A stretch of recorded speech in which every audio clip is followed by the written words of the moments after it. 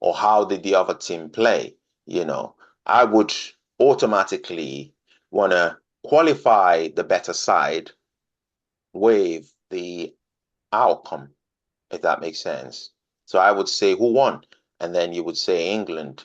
And if you carried on to say for instance, you said, oh, but Slovakia played very well, I, I wouldn't be that interested. Does that make sense? And that's Yeah, why I I mean, just, yeah. yeah, go on, sorry. No, I was going to say the bottom line is the result. But I mean, there are games, perhaps not too often, but there are definitely games where the better team loses, Yeah, and that's happened. There are games where England have been the better team, and they've lost. But I certainly think the other day, what was it? It was Slovakia, wasn't it? yeah, Slovakia. Yeah, I think they were. I know you say they weren't trying to score. I mean, they did have some attack. Oh, that was Uh, Slovenia. Sorry, right. that was Slovenia. Okay. So yeah, Okay. group But they stage were trying Slovenia. to win Yeah, the other day, and they were a good side. But I would certainly say they would be justified, their fans, in thinking we were unlucky. They were unlucky, whereas England's, they got it by the back door near the end of the game, yeah, which is not to put England down. It's just the way it was. So, but you're right. The bottom line is the result. yeah, Um, it's a bit. I don't know whether you're into tennis, but quite possible, and it happens quite a lot, where because of the way that a set is structured, then over 3 sets or 5 sets, player can win more individual games and yeah, lose the match because clearly there are some games which are more important than others to win a set. And I think it's the same as football. You can play really well, perhaps not have the luck around the goal or narrow offside or something like that, and lose the match. So yeah, maybe that's one of the beauties of football, that nothing is kind of certain. You just got to keep playing and hope you get a break. And sometimes luck does seem to play a part. But I certainly think, to go back to what you said about how do you know a good manager? Well, I would suggest over his performance in terms of what he's won or what he wins over a period of time. Anybody, in one sense, could win a trophy in football, whether domestically or internationally. yeah, But if you're someone like Alex Ferguson or Guardiola, who have constantly won trophies, then you'd have to say they obviously have a way of motivating their teams, which achieves results, and they manage to get the better players as well who want to join them. So we all know that Alex Ferguson, Pep Guardiola are excellent managers. yeah, Um, but that's not to underestimate Southgate if he does achieve. If we do win this, I think most of us would have to say, well, we might not like his methods. He doesn't substitute properly and so on. But if he wins it, that's the bottom line, isn't it? He'll no doubt be made Sir Gareth. He might be anyway. yeah, But yeah, I'd be very proud of him in that sense, yeah, um, because it's a big thing to achieve. England's first win in many, many years, isn't it? yeah. Oh, true, true. Here's the big question, Trevor. Wouldn't that change your opinion about about Gareth Southgate? Yeah, that is a good question, actually, Yeah, because it would be very easy for me to say no. I would still say he's not really up to the job. right. But again, coming to that bottom line, Yeah, if if we actually win it, I don't think it would be right to deny him or whoever the manager was a lot of the plaudits, a lot of the praise, because I think it's probably true to say that players have a big responsibility as well yeah, to play consistently well, to play to what they're being told, the way they're told to. And sometimes a very good manager can come out afterwards and say, well, the team didn't perform. They weren't really doing as we practiced in training. And yeah, these highly paid footballers, sometimes they don't perform. yeah, So it's not all players, it's not all the manager. But I do think a manager is a bit like conductor of an orchestra, that sometimes you can think, oh, well, even if he wasn't there, yeah, it would be very good. Well, actually, sometimes it wouldn't be. They rely on the personality of the conductor and indeed the tempo, the timing, and so on.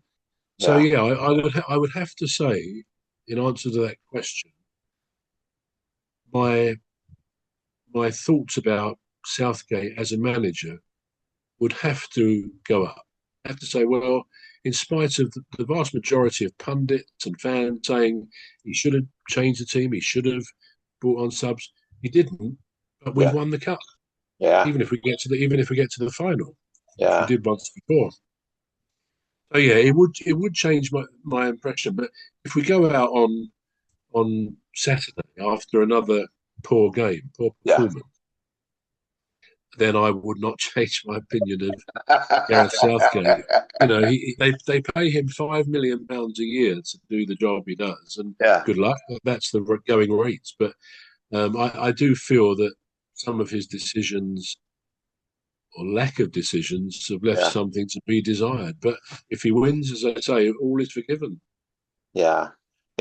Well, when I think about managers, I think, well, it's like it's like when you think about the players, I mean,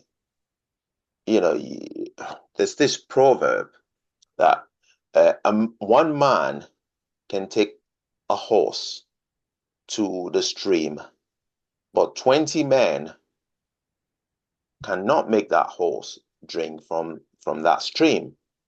And it sort of boils down to, in my opinion anyway, to the way that the players respond to, what is, his tactics or his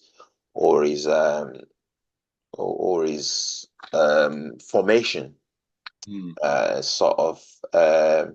I mean, no matter how good your formation are, if you have tired legs, you know, it'll, it'll look as if your formation is rubbish because there are no people to then carry out or make it work in that sense, if you get my drift. But we've Gareth Southgate. I mean, I'm not a fan of Gareth Southgate, so I'm a fan of the England team. Now, he's in charge of doing that job, and I would love that he made it easier or not so hard to watch because it's excruciating to It watch. is. Yeah, it really is. It is excruciating to watch. I mean, I watched the first goal go in against us, and I thought, oh, here we go. Here we go. You shouldn't do that. That should not be allowed. A proper football pundit. I'm like, you shouldn't. That you should have stopped that. That is a cheap goal. That is giving away a cheap goal. And then I thought, you know what? These guys are also there to play. They're also there to win, if possible. So they're not just gonna not play because England is playing. But at the same time, there are people watching. Yeah. We've kind of held our hearts, literal hearts, breathing hearts, in our hands, thinking, you know what? I, I'd like to still keep it safe. I'd like to still keep it pumping blood. I'd like to still keep it breathing. And and I'm watching it and I'm thinking, is this the end? Is Tough, this isn't how it? it all ends? And I don't want to feel that way. I want to watch the match and think, yes, yes, go England. And there wasn't a moment where I thought, go England, go. All right, so we scored a goal and it was disallowed. Mm. There was a goal that was disallowed, wasn't it? And I thought, all right, okay, so it shouldn't have gone ahead that fast or that quick. He should have at least delayed his run a little bit. But anyway, we're watching the game. But up until when up until when Jude. Bellingham, yeah, Jude Yeah, Bellingham scored that goal, it was flat. The game was was, yeah. it was flat. I mean, all right. So when he made those two changes, when he brought in Connor Gallagher.